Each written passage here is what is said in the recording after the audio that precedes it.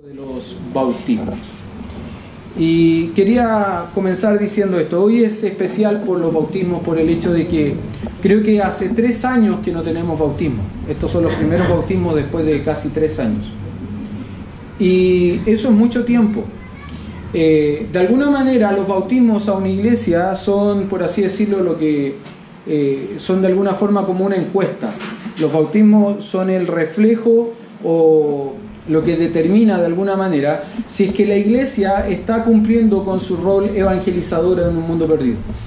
Si una iglesia no tiene bautismo, quiere decir que no tiene nuevos creyentes, no hay nuevos discípulos. Por lo tanto, la iglesia no está haciendo bien las cosas, evidentemente.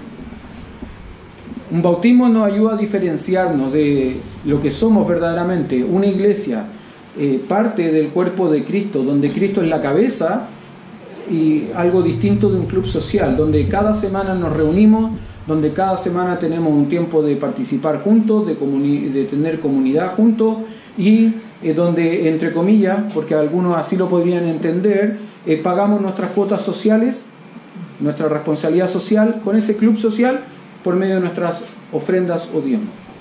Pero somos una iglesia, y como iglesia tenemos un rol, tenemos una obligación: alcanzar a un mundo perdido. Recuerde que el propósito de la Iglesia Bautista La Gracia de Dios está dividido básicamente en 3 aspectos. Nosotros estamos en este lugar primero para exaltar el nombre de nuestro Señor Jesucristo, ponerlo en alto sobre todas las cosas. Nosotros estamos en este lugar también para evangelizar a un mundo perdido. Pero también estamos en este lugar para equipar al pueblo de Dios, para que sirva de mejor manera justamente al pueblo de Dios. Ese es el propósito de nuestra iglesia, dividido o diferenciado en estos 3 áreas, estos 3 aspectos: exaltación, evangelización y equipación. Iba a decir para seguir con el sion, pero no queda, ¿no? Equipar, ¿no es cierto? Equipar.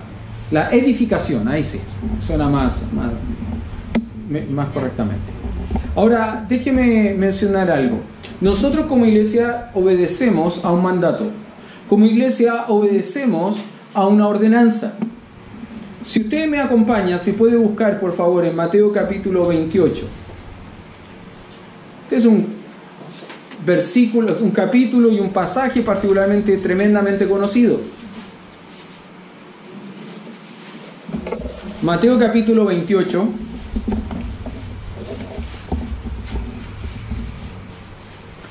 Y mira desde el verso 16 en adelante conmigo. Mire lo que dice Mateo capítulo 28, verso 16 en adelante. Dice: pero los 11 discípulos se fueron a Galilea, al monte donde Jesús les había ordenado. Y cuando le vieron, le adoraron, pero algunos dudaban. Y Jesús se acercó y les habló diciendo: toda potestad me es dada en el cielo y en la tierra, por tanto, id y haced discípulos a todas las naciones, bautizándolos en el nombre del Padre y del Hijo y del Espíritu Santo, enseñándoles que guarden todas las cosas que os he mandado. Y aquí yo estoy con vosotros todos los días hasta el fin del mundo. Como le dije, probablemente este es un pasaje tremendamente conocido por nosotros, ¿no? Y este pasaje probablemente tiene, y todos le conocemos con un título, hay una descripción que usamos para entender y comprender qué es este pasaje. Nosotros generalmente llamamos a este pasaje la gran, ¿recuerda? Comisión.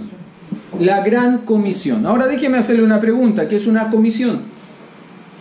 Porque para entender que es grande, que es una gran, necesitamos entender que es comisión, ¿no? Sobre todo en días como los nuestros, en que la comisión, la palabra comisión ha adquirido un tenor distinto, ¿no? La coimisión. ¿Ah? La gran coimisión, ¿se imaginan? Tenemos la gran coimisión. Hay países donde hablan de la mordida. ¿Sabe lo que es la mordida? Una comisión, una coima. Acá no se está refiriendo a un incentivo monetario en absoluto.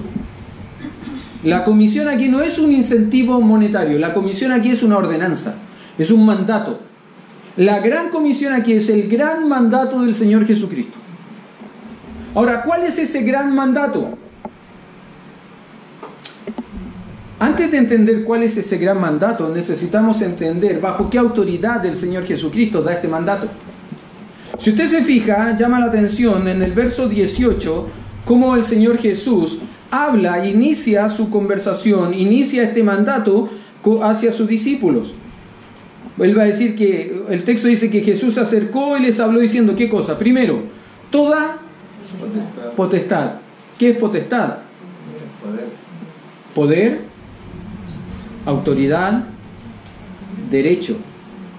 Lo hablábamos esta mañana con los chicos en la clase de escuela dominical. Cuando Juan 1:12 nos dice que mas a todos los que le recibieron, a los que creen en su nombre, les dio potestad de ser hechos hijos de Dios. Ahí básicamente lo que el apóstol Juan está escribiendo por inspiración del Espíritu Santo es que todo aquel que ha creído en Jesucristo como el Salvador de su vida y le ha recibido como tal, tiene el derecho, la autoridad de llamarse a sí mismo un hijo de Dios. Porque ha sido hecho por Dios su hijo. ¿Se acuerda que yo les contaba que alguna vez me acerqué a predicarle el evangelio a mi abuelita y comencé mal? Comencé con el pie izquierdo porque se me ocurrió preguntarle a mi abuelita: abuelita, ¿es usted una cristiana?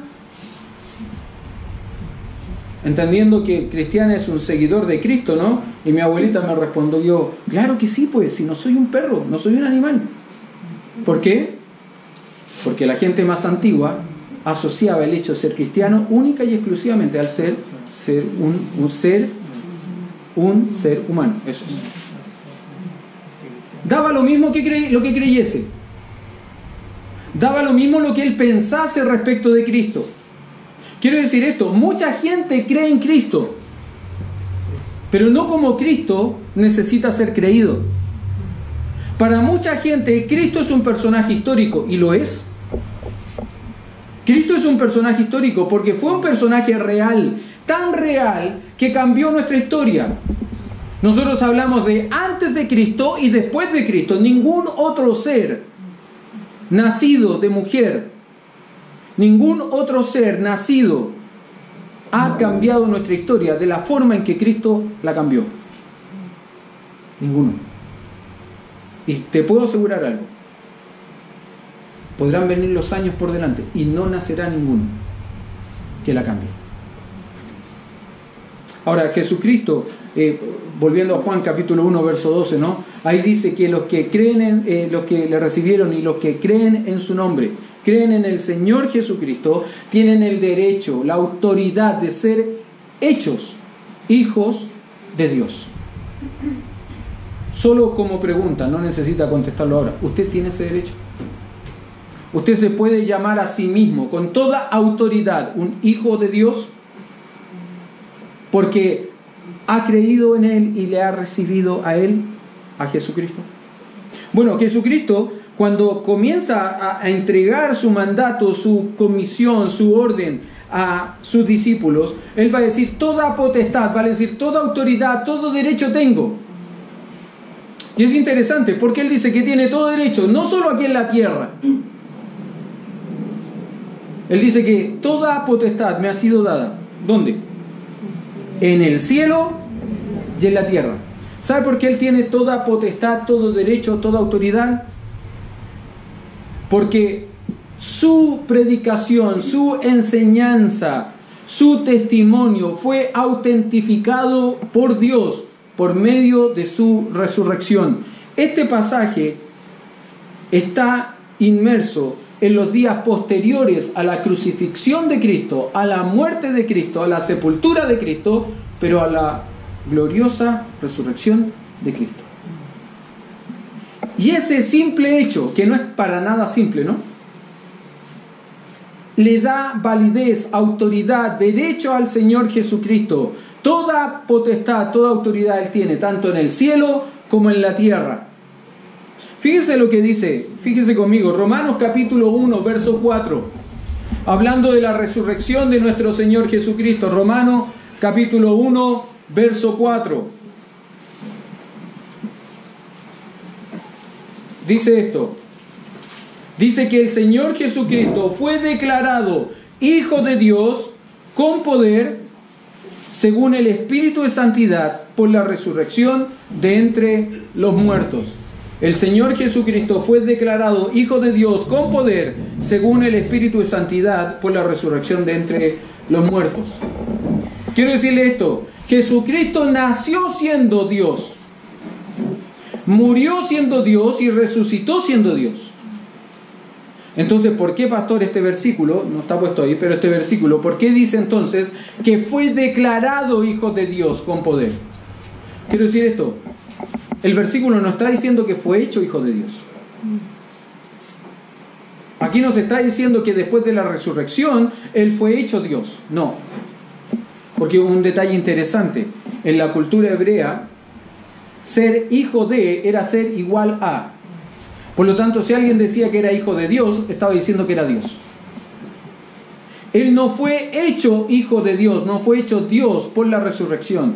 Simplemente la resurrección vino a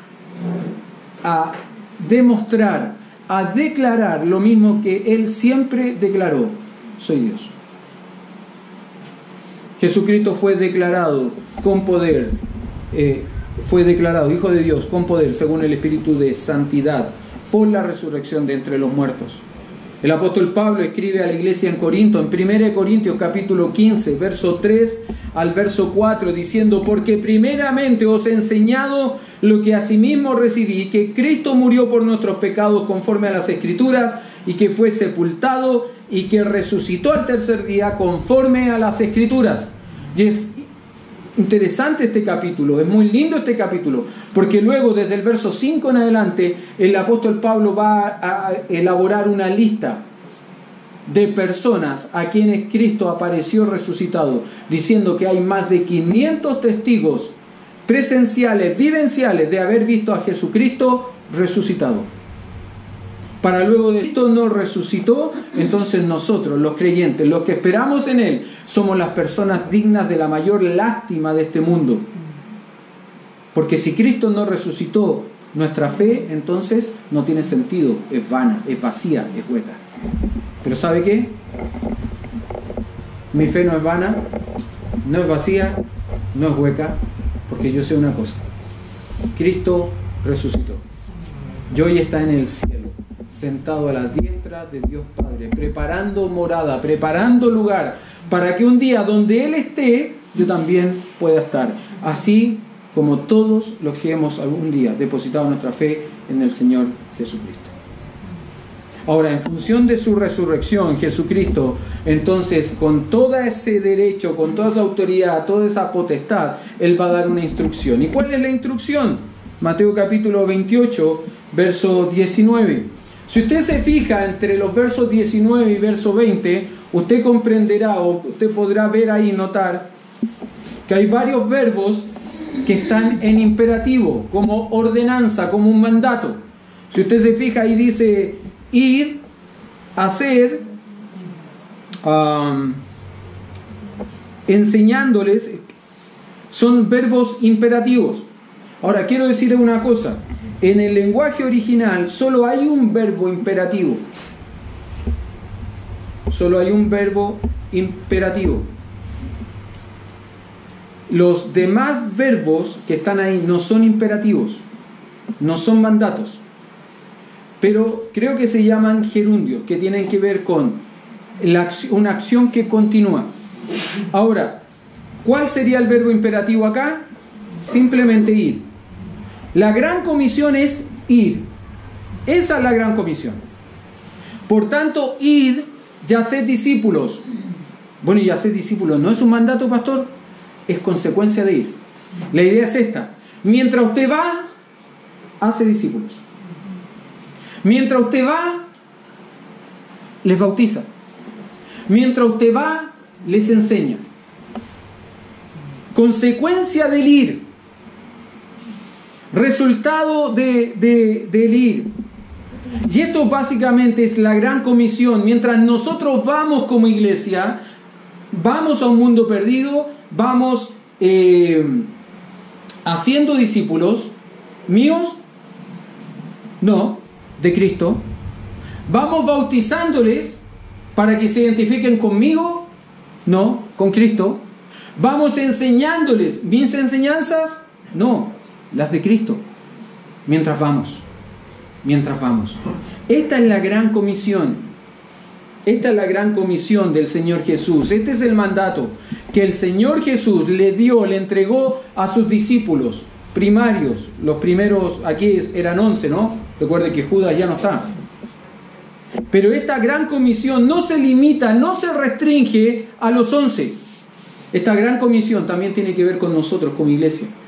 Por eso que es importante para nosotros este día celebrar nuestros bautismos. ¿Por qué? Porque de alguna manera las 3 personas que se van a bautizar hoy día, Isidora, Carolina y Víctor, ellos hoy día están entendiendo algo. Primero, que son discípulos de Cristo, que se identifican con las enseñanzas del Señor Jesucristo. Le han reconocido a Él como el Salvador de sus vidas. Y se quieren bautizar porque quieren identificarse en su crucifixión, en su sepultura, pero sobre todo en su resurrección. Ellos son discípulos del Señor Jesucristo, pero además están aprendiendo las enseñanzas del Señor Jesucristo. ¿Por qué? Porque ellos quieren también en su vida vivir esas enseñanzas. ¿Qué es el bautismo? Déjeme hacer esa pregunta. ¿Qué es el bautismo? Bueno, básicamente el bautismo es una representación externa de una verdad y una transformación interna. Hablábamos con ellos durante las clases de bautismo, mientras preparábamos este día. Y yo les preguntaba, ¿ustedes van a ser más salvos a partir del día 9 de diciembre, después de las 2 de la tarde más o menos? ¿Van a ser más salvos? La verdad que no. Mire, yo quiero confesarle algo. En mi vida como pastor he celebrado algunos bautismos, ¿no? Varios ya. Y yo debo reconocer que a muchos he bautizado. Y a otros tantos he bañado. A muchos he bautizado y a otros tantos he bañado. ¿Dónde está la diferencia? Que muchos de los cuales bañé no lograron comprender qué significaba verdaderamente el bautismo. Y con los años simplemente se alejaron del Señor. No es mi deseo hoy día, no, mi deseo es que los 3 hoy día sean bautizados. Ese es mi deseo. Por eso hemos hecho clases de bautismo, hemos conversado, hemos intentado entender bien, en conocer un poco de su salvación, cómo fue que ellos vinieron a conocer al Señor Jesucristo. Quiero decir esto, hermano, el bautismo no es salvación. Ellos no se bautizan para ser salvos. Hay iglesias, por ejemplo, la Iglesia Católica, que va a decir que el bautismo es un sacramento. ¿Y qué es un sacramento? Básicamente es esto. La palabra sacramento es una palabra compuesta que proviene del latín. Sacro, mentum. Sacro, santo, mentum, medio. Entonces ellos van a decir que el sacramento del bautismo es un medio por el cual una persona puede ser santa, puede ser salva. La Biblia no enseña eso. Es más, si usted me acompaña por un momento a Hechos capítulo 16, un lindo pasaje, Hechos capítulo 16, un lindo pasaje que narra el inicio de una iglesia. Ahora, es interesante porque el inicio de esta iglesia no estuvo exenta de dificultades o problemas. El apóstol Pablo llega a una ciudad llamada Filipos. El apóstol Pablo llega a una ciudad llamada Filipos, comienza a predicar el evangelio, muchas personas se convierten y producto de esto él es tomado prisionero y metido en una cárcel, en la celda de al fondo, puesto en un cepo junto con su compañero. Y mire lo que dice Hechos capítulo 16, verso 30. Déjeme mencionar algo más. A medianoche viene un gran terremoto. Las puertas de la celda se abren, los candados del cepo se abren, las cadenas se rompen. Y lo lógico es que cuando esto sucede, los presos se arranquen, ¿no? Bueno, los presos en vez de arrancarse acá, fueron huyendo, pero hacia la celda de Pablo y su compañero Silas. ¿Por qué? Porque ellos mientras estaban en el cepo, ¿qué es lo que hacían? Cantaban y adoraban al Señor. Esta semana escuchaba una linda predicación de un pastor llamado Marcelo de la Llave. Y él decía que el sello distintivo de un creyente es la música, el cantar. Cuando usted canta, adora al Señor, está demostrando que Cristo vive en usted, porque en usted hay gozo. Usted tiene dos posibilidades, decía él. Usted puede cantar mal, y estamos los que cantamos bien. Lo decía él, no yo. Pero el sello distintivo de un creyente, no importa si canta bien o canta mal, es que usted va a cantar. Y Pablo y Silas, en medio de la prisión, en medio del dolor, en medio de la dificultad, en medio de la incomodidad, cantaban. Y cuando fueron liberados de sus cadenas por el terremoto, los presos, en vez de arrancar, fueron donde Pablo y Silas, porque querían tener lo mismo que ellos tenían. Y el prisionero, que también es un prisionero, ¿no? El guardia de la cárcel. Al ver esto, dice que pensando que todos habían huido, tomó su espada y se iba a matar. Porque él sabía una cosa cierta, ¿no? Que si se le arrancaban los presos, lo iban a matar. Y usted dirá, ¿qué diferencia hay entre que lo mate otro y que lo mate y se mate él solo? Una diferencia bien grande. Que la muerte de él iba a ser más rápida que la muerte por mano de otros, porque iba a ser producto de una tortura prolongada hasta la muerte. Entonces, para evitar la tortura, mejor matarse uno mismo. Bueno, cuando este hombre está a punto de matarse, Pablo y Silas le dicen, detente, estamos aquí todos juntos reunidos. Miren lo que dice el verso 30. ¿Qué fue lo que hizo este hombre? El carcelero de Filipo. Y sacándolo les dijo, señores, ¿qué debo hacer para ser salvo? Básicamente, para ser igual que ustedes, para tener lo mismo que tienen ustedes, ¿qué debo hacer? Ellos le dijeron, cree en el Señor Jesucristo y serás salvo tú y tu casa. Cree, solo cree. Es que yo quiero cambiar primero, yo necesito modificar algunas conductas. No, cree. Hace unos años atrás, trabajando en Copec, me acuerdo que conversando con uno de los cajeros, alguien me dijo esto, tú debes tener ganado el cielo, ¿no? Y yo le dije, hay un pequeño detalle, el cielo no se gana. El cielo se recibe como un regalo de la gracia de Dios. Y empecé a predicarle el Evangelio. Y les mostré y los llevé a entender que ellos necesitaban creer en Jesucristo como el Salvador de sus vidas. Y uno de ellos, llamado Mario, me dijo, ¿solo eso? ¿Solo eso? No, me dice, no puede ser. ¿Cómo no puede ser? No, es muy fácil. Eso es muy simple. Yo necesito ayudar a Dios. ¿Quién es el hombre para ayudar a Dios? Dios no necesita ayuda. Acá le dijeron a este hombre, al carcelero de Filipo, cree en el Señor Jesucristo y serás salvo tú y tu casa, como consecuencia de su fe. Acá no hay una promesa que si yo me convierto toda mi familia es salva. No. Como consecuencia y como reflejo de mi fe, probablemente por el testimonio de mi fe, otros también vengan a creer. ¿Ok? Verso 32, ¿no? Y le hablaron la palabra del Señor. ¿Se acuerda la gran comisión? Id y haced discípulos. Le hablaron la palabra del Señor a él y a todos los que estaban en su casa.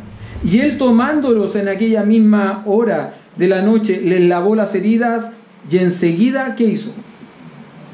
Se bautizó. ¿Se da cuenta que el bautismo es consecuencia del creer?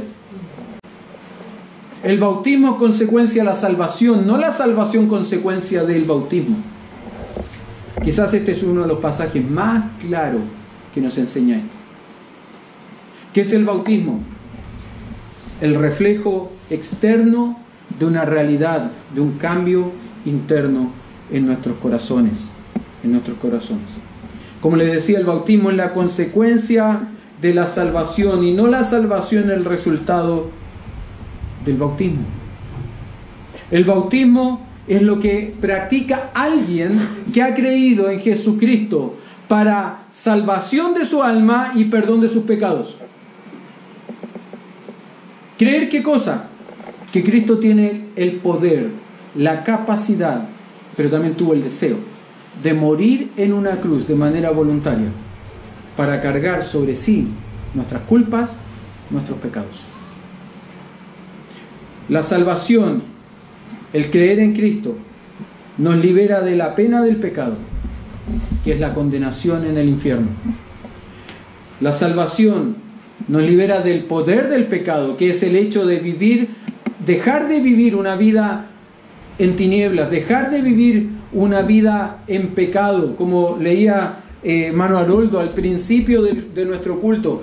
Nosotros estábamos muertos en nuestros delitos y pecados, siguiendo la corriente del príncipe del aire, como hijos de desobediencia.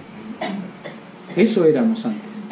Pero hoy día, los que hemos creído en Jesucristo como el Salvador de nuestra vida, somos hijos de Dios. Y le decía a los chicos durante la clase escuela dominical, ¿qué significa que digamos que Jesucristo es el Señor? Bueno, básicamente estamos diciendo que Él es nuestro amo y nosotros somos sus siervos. A veces no nos gusta la expresión, somos sus esclavos, esclavos del Señor Jesucristo. Y no nos gusta esa expresión, no, yo no quiero ser esclavo de nadie. Mire, usted era esclavo del pecado, y cuando era esclavo del pecado ni chistaba, ni reclamaba, porque ni se daba cuenta, simplemente obedecía a sus pasiones, obedecía a sus concupiscencias, obedecía a su carnalidad. Pero el día que es un hijo de Dios, que Jesucristo es su Señor, usted necesita vivir una vida que así lo demuestra. Es un hijo de Dios que quiere honrar a su Señor. Dice el apóstol Pablo en Romanos capítulo 6 que hemos venido a ser hechos siervos, esclavos de la justicia. Hemos venido a ser hechos siervos, esclavos de la justicia. Entonces hemos sido liberados de la pena del pecado, que es la condenación. Hemos venido a ser liberados del poder del pecado, que es el control que Él tiene sobre nosotros. Pero también un día seremos libres de la presencia del pecado. Cuando vayamos al cielo con nuestro Salvador, cuando le veamos cara a cara, cuando seamos tal como Él es, porque le veremos como Él es, entonces ya no habrá más pecado en nosotros. La presencia del pecado no estará más en nosotros. Ese día seremos transformados a la imagen de nuestro Señor Jesucristo. ¿Y eso quién? Bueno, básicamente, como les decía, aquel que ha depositado su fe en la persona de Jesucristo. Por último, ¿cómo debe ser el bautismo? ¿Cómo es que debe ser el bautismo? Bueno, el bautismo primero tiene que ser hecho sobre la vida de una persona que entiende lo que está haciendo, que es capaz de razonar, comprender primero su condición de pecador, luego pedir perdón, arrepentirse, pedir el perdón de Dios, aceptar a Cristo como el Salvador de su vida. Ahora, eso lo hacen personas que tienen la capacidad de razonar, ¿no? ¿Bebitos tienen esa capacidad? La verdad que no. La verdad que no tienen esa capacidad. Entonces, ¿un bebé puede ser bautizado? No. ¿Cómo debe ser el bautismo? Bueno, la palabra bautismo en el texto bíblico es la palabra baptizo. ¿Y qué es baptizo? ¿Qué era baptizo? Bueno, era una práctica en los tiempos neotestamentarios, donde mujeres que vendían telas, para poder teñir las telas, lo que hacían era tomar esas telas y sumergirlas en grandes tinas o piletas con agua, con anilina, con color. Entonces estas mujeres sumergían la tela hasta que la tela tomase el color que ellas querían darle. Eso era conocido como el baptizo. Bueno, la palabra baptizo significa sumergir, incorporar, abrumar. Básicamente eso. ¿Se ha sentido alguna vez sobrepasado por problemas? ¿Que está bajo una gran cantidad de problemas? ¿Que usted está abrumado? Esa es la idea del bautismo. Que está bajo una gran cantidad, en este caso, de agua. Que está sumergido, que está dentro del agua. Usted ha visto que hay iglesias que tienen la tendencia de bautizar por aspersión, ¿no? ¿Sabe lo que es el bautismo por aspersión? Le tiran chorritos de agua sobre la cabeza, ¿no? Gotitas de agua. Bueno, eso no es el concepto bíblico del bautismo. Porque el bautismo, recuerde, siempre será ser incorporado. La Biblia habla de al menos 3 tipos o 4 tipos de bautismo. Bautismo en agua, que es lo que vamos a celebrar hoy día, la identificación con el Señor Jesucristo. Quiero decir esto, el Señor Jesucristo también fue bautizado. ¿Para perdón de sus pecados? No, porque Él nunca pecó. Entonces, ¿por qué se bautizó? Para identificación con a aquel pueblo que Él iba a salvar un día. También para dejarnos ejemplo.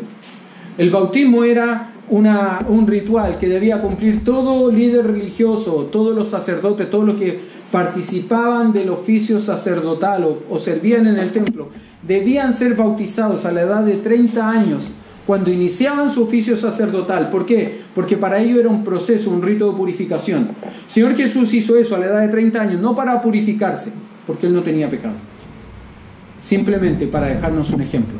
Recuerde lo que dice 1 Pedro 2:21, que Él nos dejó ejemplo para que nosotros sigamos sus pisadas. Él se identificó con nosotros, que íbamos un día a necesitar reconocerle a Él e identificarnos con Él. Ese es el bautismo en agua. Está el bautismo en el Espíritu. ¿Qué significa eso? En el momento mismo que usted cree en Jesucristo como el Salvador de su vida, el Espíritu Santo viene sobre usted y lo coloca, lo injerta, lo sumerge en el cuerpo de Cristo y le hace ser parte a usted de la iglesia universal, no de esta iglesia, sino la iglesia universal, que es el cuerpo de Cristo. También está el bautismo de fuego, que tiene que ver con juicio. El bautismo de fuego, que tiene que ver con juicio. Algunas clases de bautismo. Hoy día vamos a celebrar el bautismo de agua, ¿no? Y el bautismo de agua dijimos que tenía que ver con la identificación. Identificarnos con Cristo en su muerte, sepultura y resurrección. De alguna manera, gráficamente, cuando las personas, los hermanos, vayan a pasar por las aguas del bautismo, les vamos a sumergir, les vamos a sepultar en agua por algún tiempo. Ahí los padres han tratado conmigo y me han dicho, déjenlos 10 minutos, 15 minutos, que expiden algunos pecados. No, los vamos a sepultar.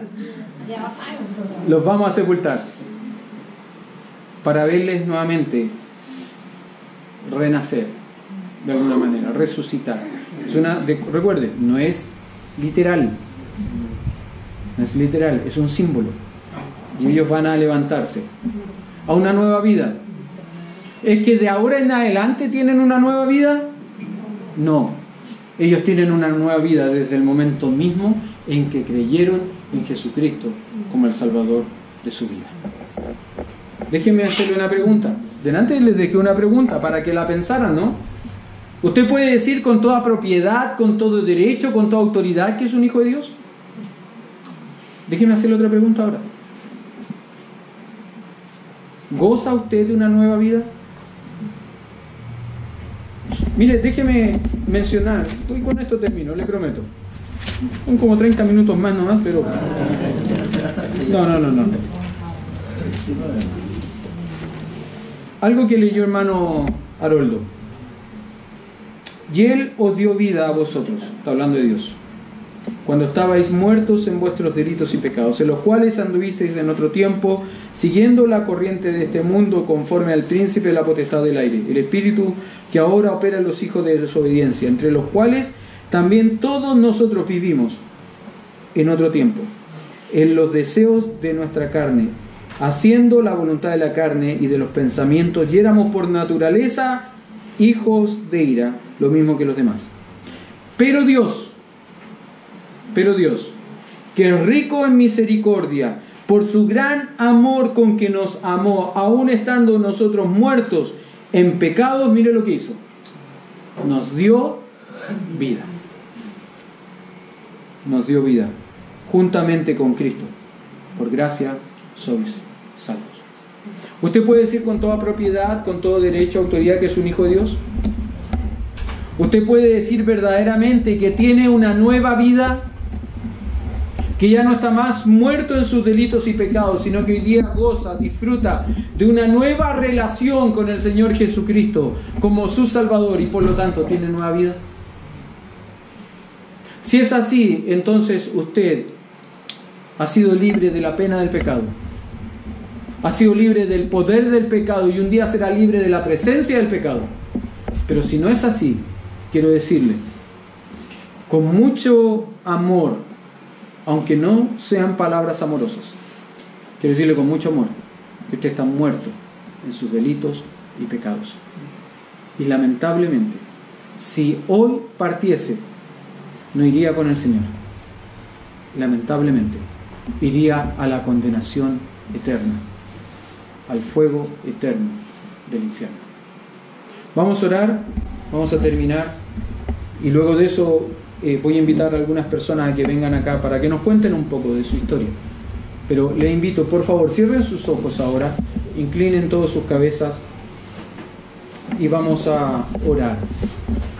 Padre amado, en esta tarde ya queremos darle gracias por poder como iglesia celebrar una reunión especial, un culto especial donde hemos de celebrar bautismo. Personas van a identificarse con usted en su muerte, en su sepultura y en su resurrección. Pero Señor, este día también yo quiero dejar abierta la posibilidad a personas que quizás nunca le hayan conocido a usted como el Salvador de su vida, que quizás nunca le hayan reconocido a usted como el Salvador de sus vidas, para que hoy sí, tal vez tengan esa posibilidad. Todavía sin mirar a nadie, todos con los ojos cerrados y la cabeza inclinada, yo quiero animarles esta mañana. A lo mejor usted nunca ha creído en Jesucristo como el Salvador de su vida, usted no entiende qué significa esto. Bueno, básicamente es esto: reconocer que usted ha hecho cosas que a Dios no le agradan. Esas cosas se llaman pecado. Esas cosas ofenden a Dios y le alejan a usted de Dios. Dice la Biblia que por cuanto todos pecaron, están separados, destituidos de la gloria de Dios por causa del pecado. Porque tú eres un Dios santo, justo, que no se complace de la maldad, el malo no habitará junto a ti, dice la Biblia. Reconocer que usted es un pecador. Arrepentirse, lógicamente, de sus pecados. Arrepentirse significa volverse de un mal camino que está transitando en una dirección correcta, hacia un buen camino. Reconocer que Jesucristo pagó por nuestros pecados. La Biblia dice que más Dios cargó en Él el pecado de todos nosotros. Mas Dios muestra su amor para con nosotros en que, siendo aún pecadores, Cristo Jesús murió por nosotros. Reconocer que Jesucristo pagó en una cruz por nuestros pecados. Y reconocer que usted no puede hacer nada para cambiar su condición de pecado, pero Cristo hizo todo lo que usted no podía. Si usted nunca ha creído en Jesucristo como el Salvador de su vida y quisiera hacerlo hoy día, quisiera recibirle hoy como el Salvador de su vida, yo le animo a orar conmigo. Una pequeña oración de fe. No es mecánica, no es mágica, solo es una oración de fe que dice así: Señor Jesús, reconozco que soy un pecador, reconozco que he hecho cosas que te ofenden, que no te agradan y por lo tanto que me alejan de ti. Reconozco que no puedo hacer nada para cambiar mi condición de pecador, pero tú lo hiciste todo al morir en la cruz. Y ahora te pido que tú vengas a mi corazón, limpies mi pecado, limpies mi maldad, me des el perdón y la vida eterna, y me permitas vivir una vida siendo tu hijo como tú quieres que la viva. Si usted ha orado de esa manera, si usted le ha pedido así al Señor Jesucristo, yo le pido un favor. Levante su mano rápidamente y yo lo voy a entender, voy a saber que lo hizo.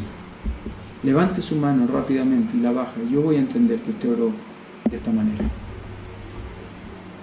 Última vez, si alguien oró de esta forma. Señor Jesús, gracias por este tiempo, y ahora pedimos que usted también hable a nuestras vidas y a nuestros corazones por medio del testimonio de las personas que han de compartir su testimonio. Por Cristo Jesús oramos. Amén. Yo le he pedido a Carolina y también a Isidora que puedan compartir su testimonio este día de cómo fue que ellas vinieron a ser salvas, cómo fue que ellas conocieron y entendieron que el Señor Jesucristo es su Salvador. Entonces les voy a pedir así: Carolina, tú primero compartes tu testimonio y después de eso te vas rápidamente a cambiar ropa. ¿Ya? Acá adelante, sí, venga acá.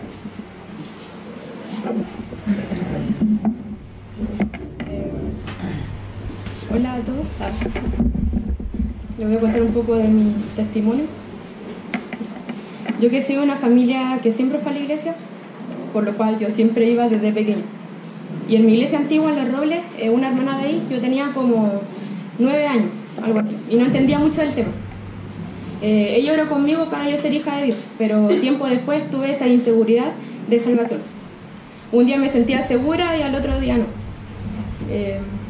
pasaron los años y fui al mismo campamento de siempre.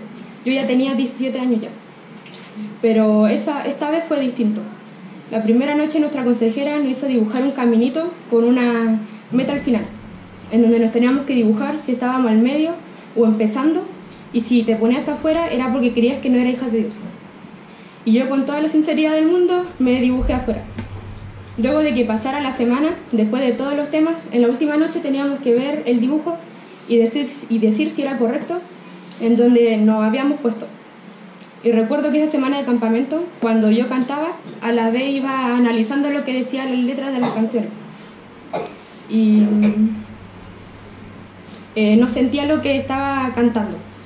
O sea, mi vida no reflejaba que era hija de Dios.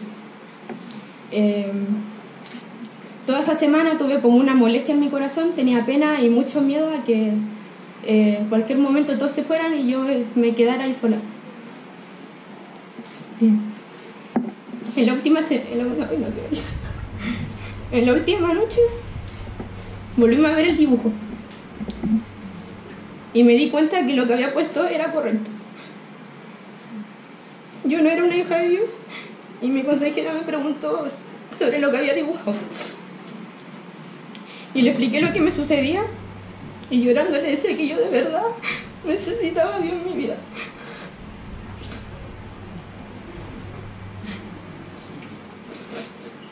Y ahí mi consejera habló conmigo y yo a esa altura ya entendía todo, ya que estaba más grande. Solo me faltaba un empujón. Lo empecé un buen tiempo y llegó el día. No quiero dar fecha exacta, pero fue este año en donde de corazón quería ser hija de Dios. Así que se lo pedí en oración y después de eso cambié. Aún tengo mis luchas al igual que todos. Y cuando caes, Dios siempre te da una nueva oportunidad para comenzar de nuevo. Es increíble cómo Dios nos habla a nuestra vida y para todo tiene su tiempo. Gracias. Vaya a cambiarse ropa. Y sí, por favor, usted ahora.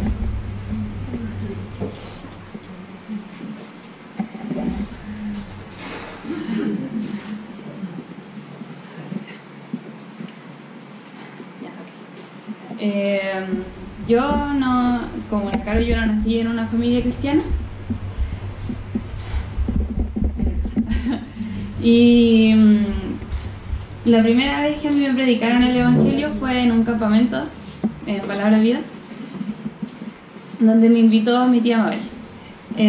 Yo acompañaba a mis primos y en realidad yo no sabía bien de qué se trataba, pero fui y me gustó mucho el campamento, pero yo no tomé decisión por Cristo. Al siguiente año yo de verdad sentí que necesitaba volver. Y fue el 2015 al 2016 yo volví al campamento. Esa semana yo conocí a alguien que me invitó a la iglesia y empecé a venir.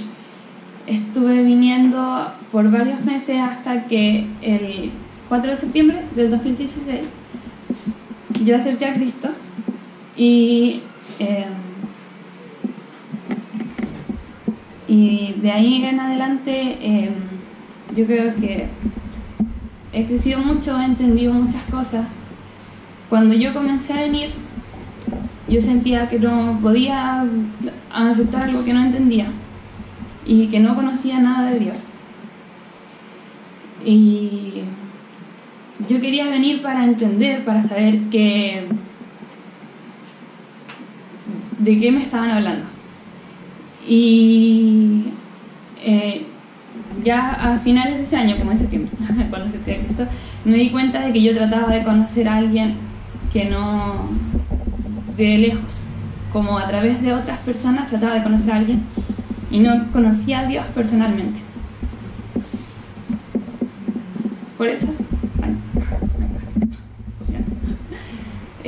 acepté a Cristo, porque decidí que si yo quería realmente conocer a alguien y entendía lo que estaba pasando pero no podía sentirlo, y si de verdad quería